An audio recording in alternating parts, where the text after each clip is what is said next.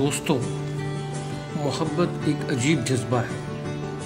मोहब्बत एक एहसास है और मैं ये समझता हूँ इस दुनिया के अंदर हर चीज़ की इब्तिदा मोहब्बत ही है। जो लोग शायर होते हैं या शायरी करते हैं या नसर लिखते हैं, उनके लिए लफ्ज़ मोहब्बत का ज़रिया बन जाती है। एक पंजाबी गज़ल अर्ज़ है, तेरे नैन चबारे होंदे दिल तो तैनू प्यारे होंदे, मैं भी चढ़दा सूरज होंदा बोले चलते तारे होंदे, जे तू हिम्मत रखदी बलिए उन भी तैनू प्यारे होंदे, मेरे वर्गा हो नहीं सकदा होंदे दिल तो हारे होंदे, खाली जेबां नाल नसीबां दौलत होंदी सारे होंदे, मेरे हथ विच जे हथ देंदी मेरे हथ विच जे हथ देंदी, हीरे मिट्टी कारे होंदे, हिम्मत करदी राह भी होंदी,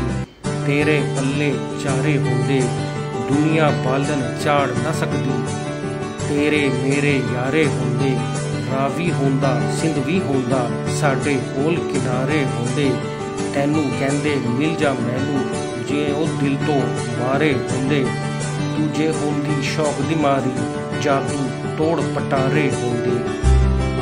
ये गज़ल मोहब्बत ही के हवाले से मैंने लिखी।